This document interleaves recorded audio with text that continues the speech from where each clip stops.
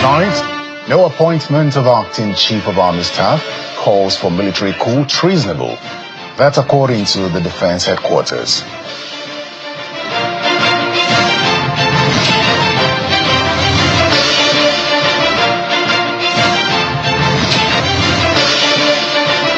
PDP Reconciliation Committee meets in Abuja as party begins move to address grievances among members. Promises reconciliation before the Ondo election.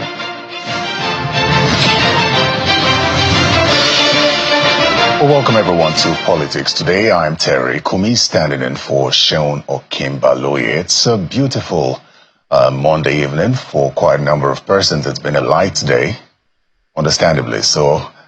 Now, the Defense Headquarters has released a statement following rumors of appointment of an acting Chief of Army Staff. According to that statement, which was signed by Brigadier General Tukur Gusau, Director of Defense Information, no such appointment exists within the Armed Forces of Nigeria. The statement reads in part, the Chief of Army Staff, Lieutenant General Taoreed Lagbaja, is currently on a well-deserved rest as part of his 2024 annual leave. The AFN is professionally managed, and all the service chiefs are performing their duties as stipulated in the Constitution of the Federal Republic. Major General Abdulsalami Bagudu Ibrahim, the Chief of Policy and Plans, is providing routine briefs to the Chief of Army Staff in accordance with standard military procedures. The statement goes further to say that the Chief of Army Staff is hale and hearty and will soon resume normal duties at the end of his leave. Meanwhile, reacting to a viral video, the Defense Headquarters says such actions are treasonable under the Constitution and that the Armed Forces of Nigeria is steadfastly committed to the preservation and advancement of the country's democracy and is indeed loyal to President Bola Ahmed Tinubu's administration. It's now urged relevant security agencies to take necessary action against any individual or group advocating for unconstitutional changes in the country. Now, the Chief Justice of Nigeria, Justice Kudirat Kekereekun, has called on judicial officers to embrace technology as a means to achieving a more efficient and transparent legal system.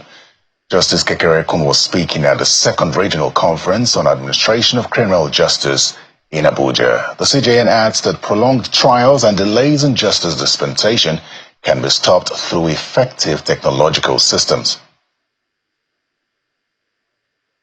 There's no concealing the fact that the use of technology has proven transformative across various sectors, including the judiciary, and its stakeholders cannot afford to lag behind. It is well established that many of the challenges plaguing our criminal justice system, such as prolonged pretrial detentions, inefficient case management, and delays in the dispensation of justice can be mitigated through the judicious application of technological innovations. For example, digital case management systems can significantly streamline pretrial procedures by enhancing the coordination and exchange of information between prosecutors, defense counsel, and the judiciary. This will in turn expedite the hearing and resolution of cases. Now to our second headline of the night. The Reconciliation Committee of the People's Democratic Party has just ended a closed-door meeting which lasted about 3 hours. And to the best of our knowledge, this is the first meeting that the media has been made aware of since the inauguration of the committee 2 months ago. Mr. Olagusoye Oyinlola, who is the chairman, told journalists that the committee will brief the National Working Committee tomorrow, and that aggrieved persons will be reconciled before the Ondo election. Now, we do know that the PDP Governors Forum will be meeting tomorrow morning. The Reconciliation Committee is expected to collaborate with other party organs to resolve internal conflicts and ensure that all internal conflicts are resolved and that the party remains united in its mission. Now, there's also the Disciplinary Committee, which is yet to meet, and perhaps on the recommendation of the Reconciliation Committee, that meeting will hold. It's been tasked with addressing misconduct and ensuring accountability within the party, as well as maintaining discipline and ensuring that everything within the party is addressed. Well, it's time now for your political roundup.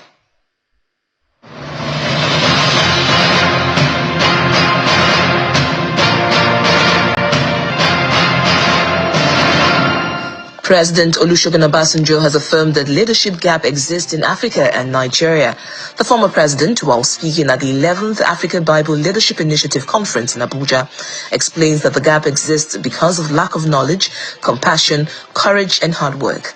He calls on leaders of the continent to imbibe virtues that will heal and restore hope to the people. To have people who are in leadership position, who don't even have objective, they don't have mission, how do you expect them to go right? And the national chairman of the All Progressives Congress, Abdullahi Ganduje, is appealing to leaders of the party in Ondo State to work together in ensuring the victory of the party in the November 16 governorship election in the state. Mr. Ganduje spoke while addressing members of the party at the Southwest APC stakeholders meeting held in Akure, the state capital. Also in attendance is the chairman of the Southwest Governors Forum and Governor of Lagos State, Babajide Sanwo-Olu, Ekiti State Governor Biodun Oyebanji, host Governor Lucky Ayedatiwa. You are here to make you feel that this election and the success in this election is a task that must be done. And ahead of the local government elections in Cross River State, the state government says it's dedicating a seamless and trouble-free electoral process as it warns against violence before, during and after the elections. Speaking in Calabar, the state capital, the Commissioner for Local Government Affairs, Mr. Felix Idem, emphasizes that government is committed to ensuring that citizens can elect leaders who will represent them and improve governance in local communities. He has put everything in place. Security-wise, he has been able to put all security in place. And the cross-sec is ready to do fair, free election for every party. Persons. Justice Mahmood Abdulgafar of the Kwara State High Court has fixed December 3rd, 2024 for the commencement of trial of former Governor of Kwara State Abdul Fattah Ahmed over the 15-count charge of diversion of public funds to the tune of 3 billion naira. The former governor, who was rearranged, is being charged for diversion of the Universal Basic Education Commission Fund for other purposes. The former governor and his former commissioner for finance, Mr. Demola Banu, pleaded not guilty to the charges and were granted bail in the sum of 100 million naira.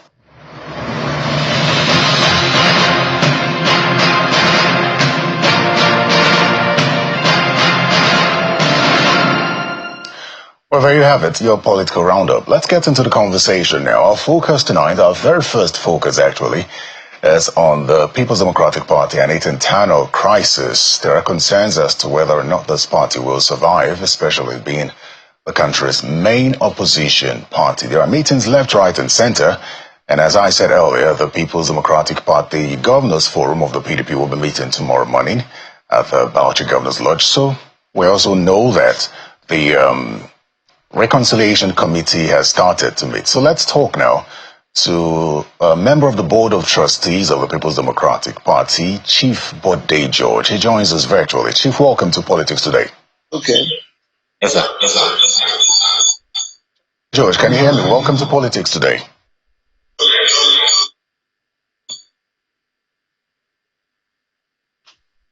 Chief, if you can hear me, we're trying to start this conversation on an explanatory note, if I may put it that way, trying to get you to clarify some of the things in the public space before we go into the issue of the reconciliation. Now, we've heard some things regarding the leadership of the People's Democratic Party.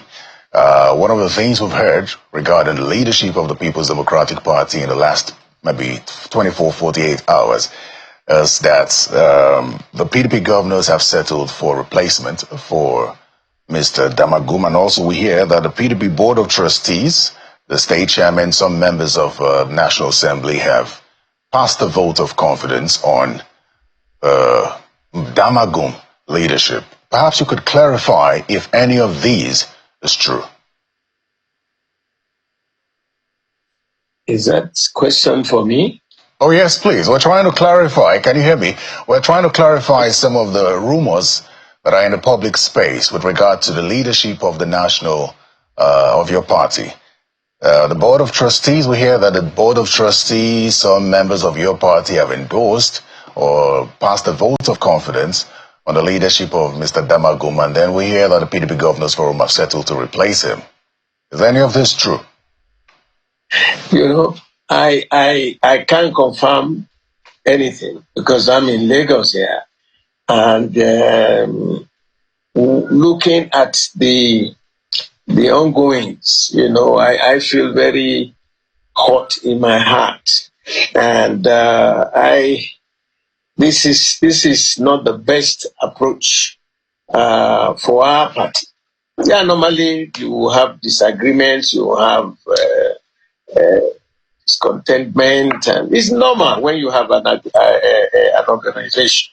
But the most important thing is that it is the interest of the party that must come before any individual interest.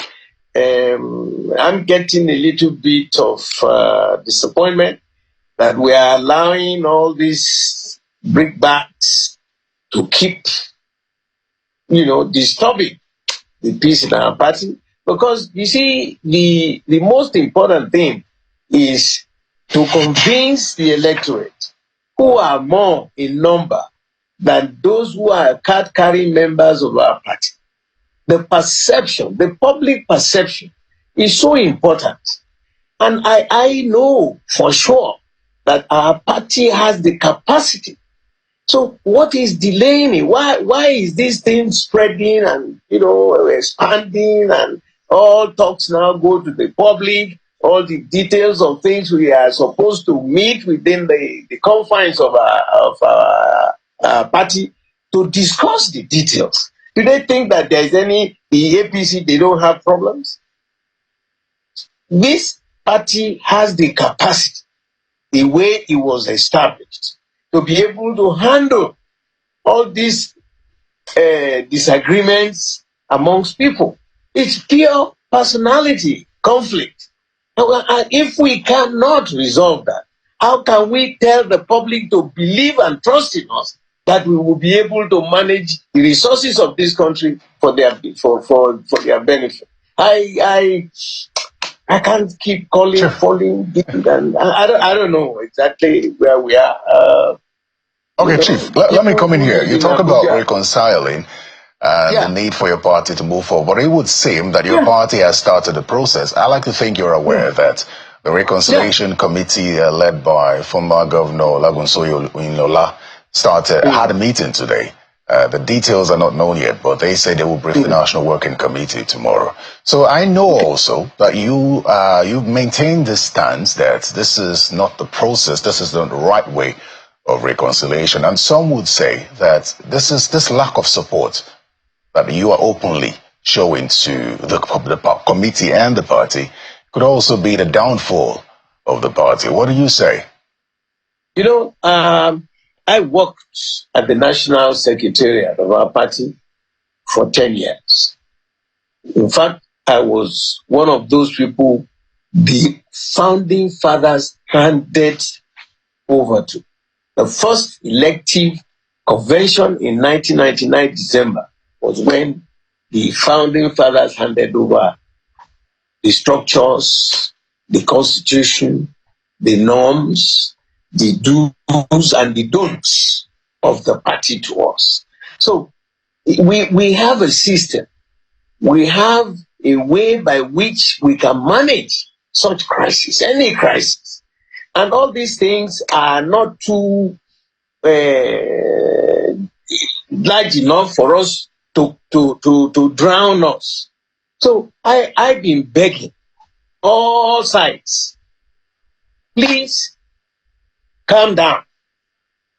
Nigerians, the electorate, have been asking, begging us to go back, reconcile ourselves, rebuild the party, send it back to where it was when we started, so that they can now have the same confidence that all will be well with our party. Public pronouncements and Lola has the capacity. He has done a little bit of reconciliation. People have met him in Ibadan. That's for the Southwest. But for me, as an elder of this party, when I hear tones and signals from various groups that are parading themselves, you look at it where is the interest of the party, which should be the number one issue for any member, that we must sustain unity, we must respect the constitution of our party, and all these going to court, going to these all discussions being in the public eye and all that, we created that opening. And the moment you keep washing your dirty linens in the public, then how can you convince the electorate that on the day of the next election, they can trust your party? Please, I'm begging all of you to calm down, go back. We knew where the faults were when it started. It started like a little full stop, but it's becoming a dangerous cancer now. So, in the interest of the founding fathers of our country, in particular, Chief Dr. Alex Ekweme, who was the chief convener, who invited Chibola Ige from the southwest, Baba Solomon La from the north, and Rimi from Kanu, and so many others, the original G14. They conceptualized this concept we are using to resolve the issue of tribalism and religious bigotry. We settled down. The people accepted our concept of operation. And a little disturbance created this already monumental crisis. We shouldn't get to this. Okay, Chief. Who knows what who will be tomorrow? Okay. Who knows who will live for tomorrow? And this is 2024. The election is still on 2027. But the way we are going, we are tearing ourselves into pieces. We are fighting on personal human interest. No. All right, Chief. Let us unite and put the party in its proper perspective. That's why when you are not divided, you will win. But a house divided against itself can never win. All right, Chief. You talked about the past and how your party has faced some internal crisis in the past and has handled it. But some would argue that this particular situation is unprecedented. I don't know if you agreed, or has your party had something similar to this kind of internal crisis? Because there are questions around this reconciliation move and its success, because people are pointing to major players. They say the exchange of words, especially in recent times, between the two persons whom they consider to be the main proponents of this crisis in your party. That's Nyesom Wike and Atiku Abubakar in recent times. It's not going to help the party's reconciliation move. No, I want to appeal. It is true, because it all started from the convention, the presidential convention. It all started from that time. And up till now, since the elections were held and the court judgments were given, and we are still looking, rather than closing ranks to forget personal ambition on all sides. We are expanding it, we are tearing it, and they think it is by one losing or one winning that the party can come together. I want to please beg these people. Let me give this example. The chief convener, who was Papa Alex Ekweme, Papa Obasanjo was in prison when they were meeting to establish this party. Dr. Alex Ekweme contested 2 times against Baba Obasanjo, and he lost.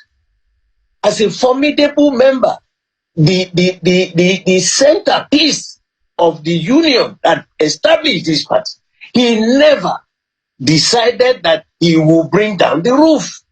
So what is so personal? What is so personal that kind of ambition will be higher than the ambition of the party?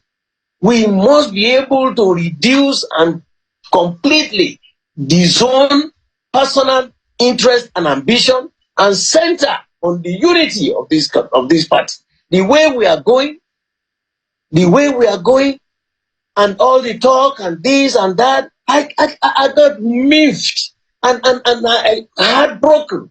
That what is it that we are looking for? Who is even sure he will be alive in 2027?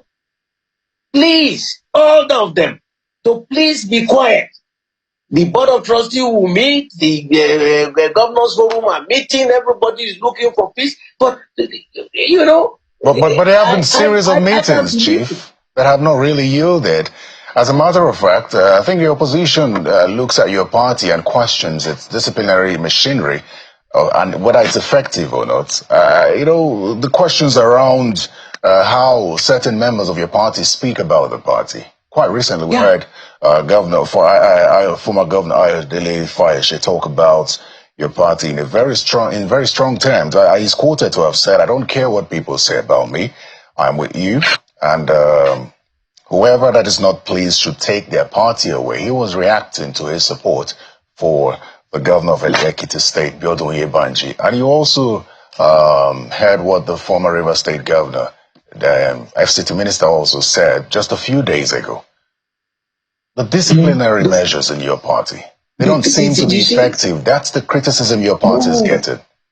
No, they just set up these committees, you know, the disciplinary one, and then when you look at the membership, when you look at the membership of both the reconciliatory committee and the disciplinary committee,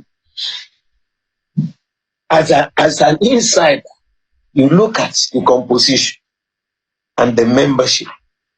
Is it fair? Is it general? Can they rise above their own suspicion of being aligned with one group as against the other group? There must be satisfaction. There must be a balance in all these things. But okay, Oyinlola has done his the first meeting as well. I was told Southwest, he has met with all the people and all that and find a solution. And then you go to the disciplinary committee.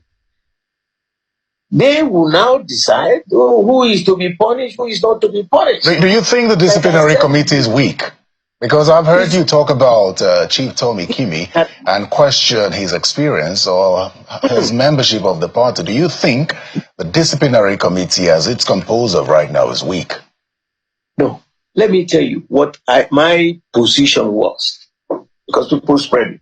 I had known Tom way back, when I was still governor of Ondo State. And his own big brother too, Adbra Laikomo, was also my big oga. Now, when I saw that they appointed him as the chairman, I called the management of the party. I said, "You want me?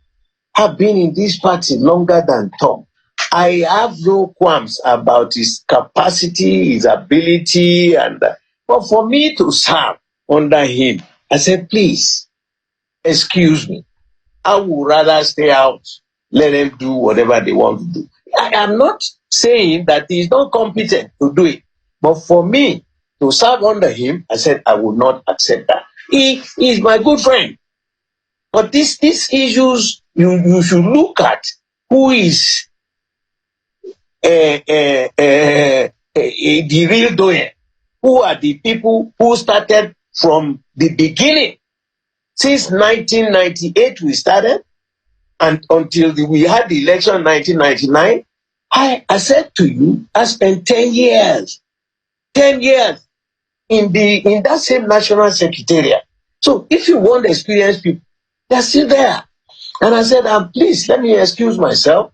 I won't go, because justice, fairness, equity should envelop any decisions you are making. That's why I said I won't serve on that disciplinary committee. I'm not impinging on his credibility or his competence, because Tom too has been in the political field for some time. But when did he join the party? We have discussed. Tom and I, we had discussed. And I said, I'm sorry, I can't serve. I told the management, No, I'm not the only one. But if you call me to ask for, based on the experience I have acquired, I will be too happy to do it. We handled the party from 1999 December after the first executive elective conference of the party. The constitutional this, the that. We sat down there, worked like hell, brought it to this level. And that little mistake that they made during the presidential convention has become completely enveloped the party and was ready to sink the party. I'm begging them, everybody to keep quiet. Let's get equal numbers of representatives from all those people. And I'm happy the governors forum is meeting, the BOT is still meeting, and somehow we will get there. But don't make it a decision where you will use it to indict certain people, because you'll be causing so much mayhem in the public. I want to get a quick clarification from you. Right. With regard to the disciplinary committee and perhaps the reconciliation committee, your stance. I understand that you have talked about Chief, your position with regard to Chief Tommy Kimmy. You say he is competent, no doubt. But I want to ask you, based on what you said, are you saying that the committees, as they are composed as they are right now, that they are incompetent or they are not properly constituted? You know, the management of the party, that's the National Working Committee, must have met to nominate people into all these committees. But as an insider, I looked at it and I said, there are certain areas that require clarification and understanding. So, like an old man who has been in the village for long, and if things happen, who do you go to? You will call those you believe have been part of this system from the very, very beginning. Now, you are having what I saw was that he was killed.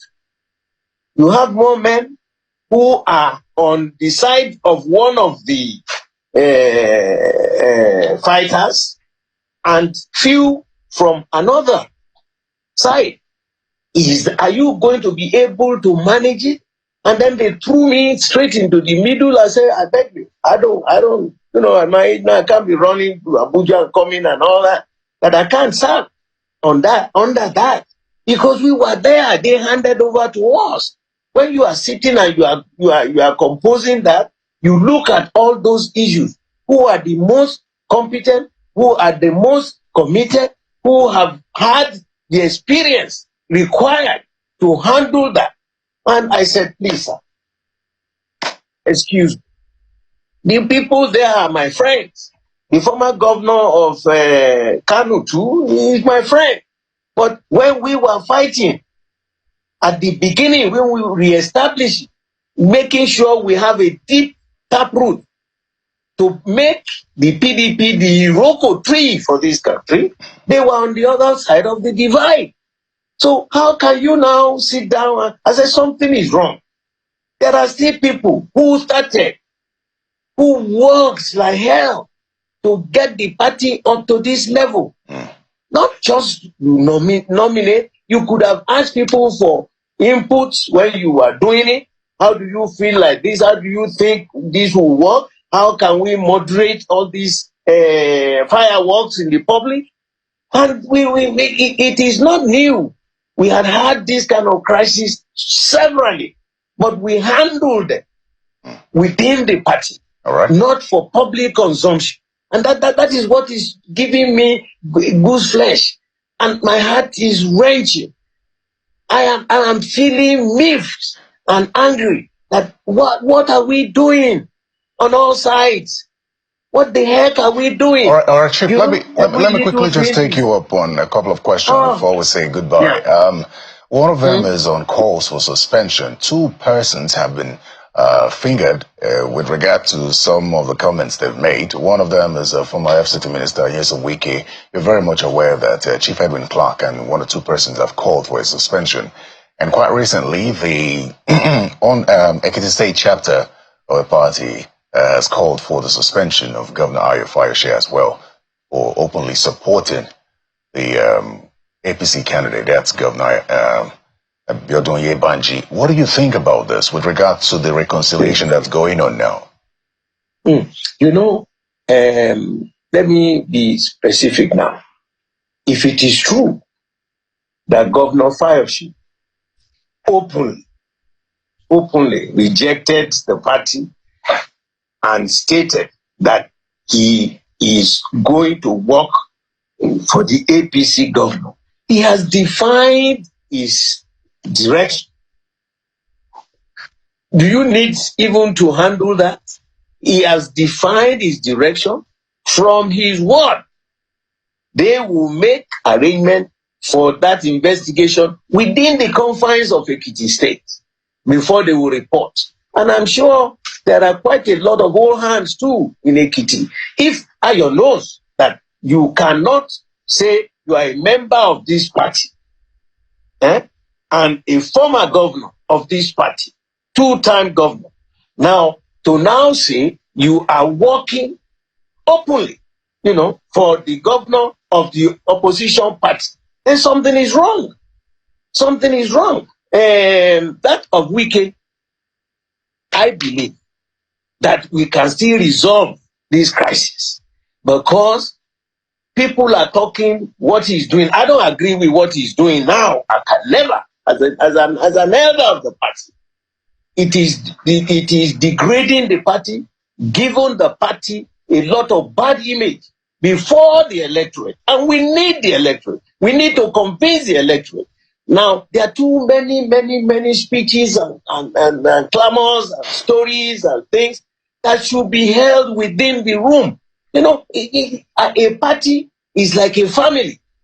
If you have a problem within the family, do you go to the marketplace to start talking and writing this down and pushing that one down and thinking we are deriding the real fellowship that these Babas gave us since 1999? Chief Body For Judge, God's sake. is it safe to say, on a final note, is it safe to say that you are concerned about the chances of your party in the Ondo governorship election, bearing in mind that some attribute the failure of the party in the Ondo governorship election to the internal crisis? Do you fear that such could be replicated in Ondo State? Ondo State? They will try. Is the APC party better than us, even in this crisis? Are they better? Their party is a congregation of strange bedfellows. Strange bedfellows. Okay, now they have a president. If they have any crisis, Ganduje, have they had any general election? Party election to elect the members who will manage the party? No. All right. So, like our own, we should be able to rise above this pettiness and selfishness on all sides, so that the party can reassign itself, reestablish itself, and go the path we have deviated from the normalcy handed over by the founding fathers of this party. We can handle it. Who knows tomorrow? Election, presidential, governorship, whatever, that it is still in 2027. For God's sake, calm down. All right. Everybody shut up and calm down. All right, and Chief. then get membership to balance. All right, Chief. So that it is not one-sided. Chief, I don't want to expand on that one, but this is the observation of some of us. All right, Chief. That are still loyal. Chief, like we say. Let me reassure the members of the public. I know they've been asking, what is happening with you people in PDP? It's another experience of development. It's another experience of what you go through in life. But if we trust in God and we believe in this party, It is not you who will always be on top All of right, the Chief. party. It's not a private enterprise. Chief It's not Judge, a private company of any individual. we're hopeful. We're So, hopeful that your please. advice is heeded. Would like to say a very big thank you to you for coming to speak with us on Politics Today. Thank you very much. My pleasure. My pleasure. Thank you very much. So we will take a quick break now. When we come back, we'll turn our attention to the Ondo governorship election scheduled to hold on the 16th of November. That's less than a month away. Please stay with us.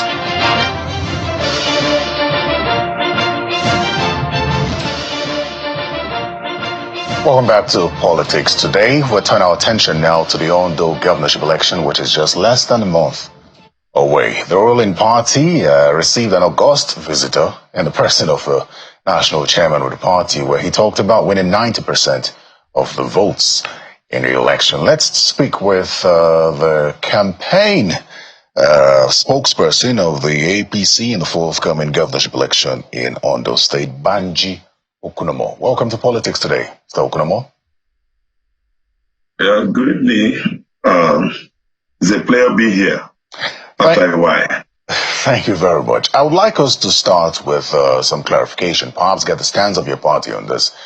The People's Democratic Party in the state wants the REC changed. They say Oluwatoyin Babalola has a direct affinity and has been resident in the state, and they want her changed. What does your party think about that?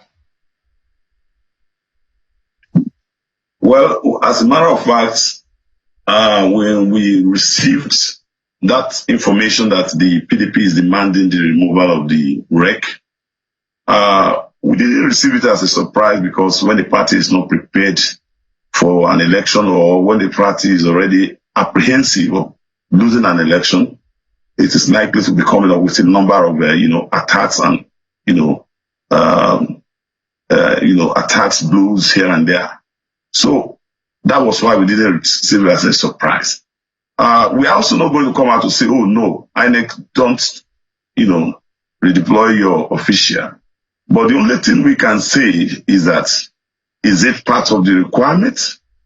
They came up to say that the woman, the resident electoral commissioner, is an indigenous of Ondo State, and for that reason they are saying that there's likely going to be bias, and they are on that account demanding the removal of the woman. In swift reaction to that, the umpire, which is the Independent National Electoral Commission, who happens to be the employer of the woman in question, they came up to say no, the woman is not an indigenous of Ondo State. That goes to water down, or it goes to refute the allegation raised by the PDP. It goes to expose the baselessness of the allegation, because when you make an allegation, your allegation must be substantiated with facts. It's so obvious that from what the reply of the INEC, the PDP had made a very, very baseless allegation. Yeah, but for us as a political party, the PDP, even though it says that the woman may not be an indigenous of the state, they insist that having spent so much time in Ondo states, that there could be some form of affinity towards the government of the day on grounds of morality. Do you think that should be dismissed? You have said it all. You said on ground of immorality, not on ground of law, because law and moral are not the same. If you are making a moral demand, you don't say it in such a way that will portray you, or that will make you look as if you are saying what is the position of the law.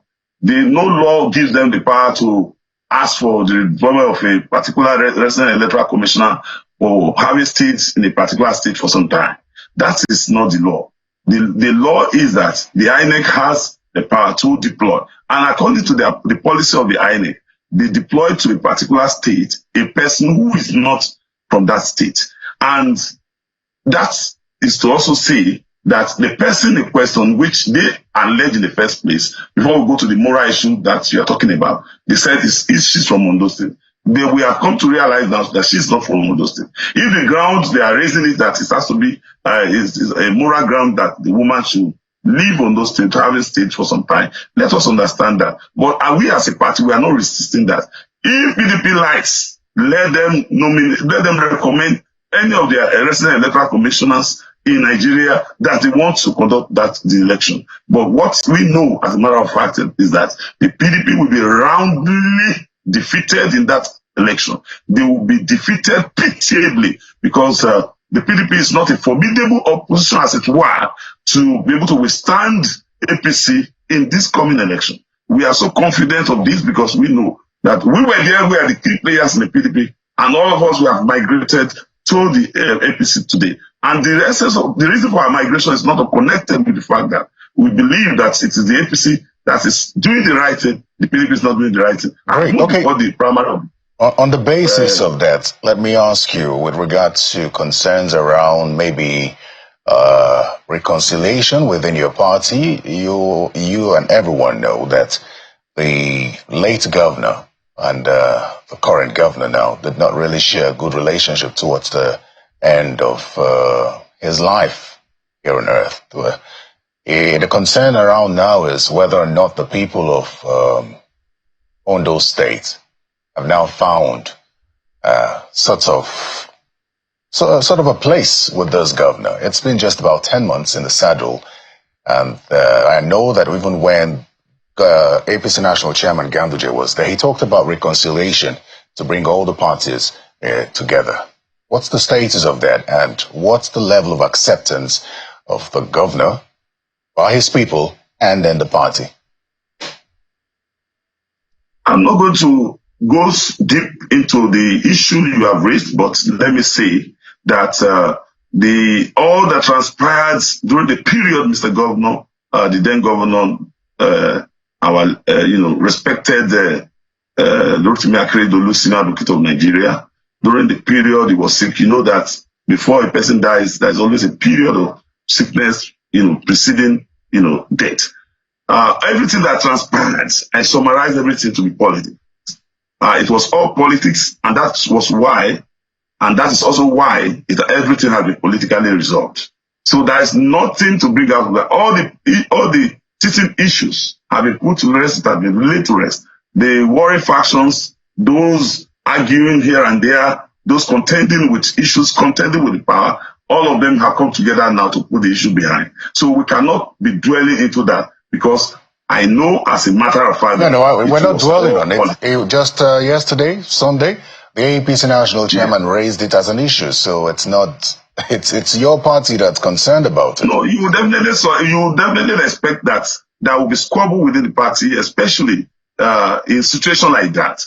And people, contended, because power is always what people want. Everybody wants power, even the one in, the one outside, the one within. Everybody within the party, that is always squabble. Well, outside the party, that is squabble. Let me ask you with regard to that. The most important thing is that everything has been laid to rest. So let me ask you with regard to that, especially with the aspirant in the primaries that produced Governor Aiyedatiwa. What has he done to reconcile them just ahead of this election? You just asked a question that has already answered itself. You said 2 days ago that the leadership of the APC visited Ondo State, and as they came to Ondo State, all the parties, all the persons that participated in the primary, aside Dr. Jimo Ibrahim, who is out of the country for national assignments, all of them were in the meeting to be part of the true reconciliation that was done by the party. So that has laid to rest the skirmishes, the doubts being raised that those who participated in the primary are not on the same page with the governor. That was what people were saying. But yesterday, that has been, rebutted with the physical presence of all these actors in the election. In APC, apart from one person who left to another party to become candidate of another party, all the gladiators that participated in the primary they are now on the same page with Mr. Governor. You will also recall that they are the meeting held yesterday, where the leadership of the APC, led by the national chairman of the party, came to Ondo State. The gladiators, for example, former Commissioner for Finance, Wale Akinteriwa, Princess Oladuniodu, Chief Olushola Oke. All these are giant politicians within the APC. They came to say, no, our party is our party. We have nowhere to go. We must go into this election to win, because the essence of party's participation is to gain political power. All right. That is an indication that there is no issue within the APC. The APC has always devised, scientific mechanism in resolving problems, and this is not connected with the leadership of the party led by Bola Ahmed Tinubu. All right. You know that the APC has not been suffering all this internal, crisis, tearing the party apart, so that the party cannot hold itself together like it happens in the opposition party PDP. Let's look at governance in the state. What are some of the people-oriented programs or projects that the governor has been able to put in place in 10 months that could possibly endear him to the people? Thank you very much. When we want to talk about the areas of intervention of Mr. Governor, you know that this government came on board as a result of the fact that we had our governor who died. And since Governor Lucky Aiyedatiwa has come on board, he has continued to implement programs and projects of the late governor. For example, the security situation of Ondo State has been so superb because of the Amotekun Corps, which was introduced by his boss, and which is still continues. In Ondo State today, you can sleep with your two eyes closed without any apprehension of being attacked by anybody, because the Amotekun Corps, which is more or less performing or replacing the demand for state police, they have done well, beautifully well, in maintaining peace and tranquility within the state. And you know that peace is a panacea to development. Aside from that, what the governor has been able to do in education, in health sector, in infrastructure, they are monumental. If I want to begin to mention that, there are just too many. Immediately the governor came on board, he was able to intervene in our own universities. The University of Medical Sciences it made huge amount of money available, went to about 1 billion naira into education in that institution. It was a remarkable, intervention of the governor in that institution. Not only did the governor do that, what about the OSUSTEC? What about the schools that have been rehabilitated within the state? What about health sector, the rural, the primary health care, and all what have you? Okay. In fact, the governor has done beautifully well in ensuring that the development of the state is maintained, and that is the attraction of the public to Mr. Governor. Okay, so it would seem, however, that in the last just about 10 months, there seems to be an already hanging allegation over the governor's head. The People's Democratic Party specifically pointed out to one of the projects, saying that he had approved on the 22nd of July 2024 asphalt overlay of roads in 4 Akoko local government areas to the value of, I think, 35 billion naira. And they say that 3 months later, those roads remain the same, and the contractors say that they've not been paid. Well, I have decided I will not be responding to some of these allegations, particularly as it has to do with approval of fund or approval regarding project to be executed. Before you can come out to allege, you must have a reason that is genuine, that is sound. You cannot come and say that the government has no power or has no rights to approve programs and projects for the people. If a government is doing it outside of its budget, that is when you can come up and say, no, this government is deviating from the budget, it's doing what is not budgeted for. It is the duty, it is the constitutional duty, the primary responsibility of every government to sit at its executive council meeting, take decision, resolve that this project with the... Now, you may have missed the question. Just hold on. I've been seeing documents flying around, people saying... No, 1 second, Mr. Okonomo, you may have missed the question. The question was specific around the 35 billion naira for roads in Akoko local government area, which they say the contractors say they've not been paid. So they have not been paid. I'm not in the position to answer that question. Very well. What I was expecting them to say is that project that was awarded was paid for and the contractor has not done anything. If it has not been paid for, you know that government Or there is a way government operates. That is why when you make your budget does not immediately mean that what you have budgeted for is going to be done immediately. It depends on the inflow of funds. It depends on the priority of government at that time. You cannot bring that one out and begin to allege that, oh, it was awareness something was not paid.